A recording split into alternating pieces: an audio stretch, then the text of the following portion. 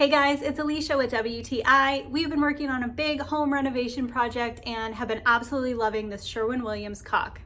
So this product really came in handy in sealing up those little cracks in the trim around windows, doors, and it really does an awesome job. So this is a 10-ounce tube. It is the 1050QD or quick dry. Really great for windows, doors, trim, things like that. This is in a white color, and this is a siliconized acrylic latex caulk. So we have found that it is really easy to apply using a regular style caulk gun, and a little really goes a long way. You don't need a lot and you get a really nice smooth bead, and we have just been really happy with these results. To apply, you just run a nice steady bead along the trim and then smooth it out really easily with your finger. So whether you're a professional or a DIYer like us, you can get really nice smooth results and have an excellent finish to your project. So this is a really high quality product that I would definitely recommend for your next project, and that's my point of view.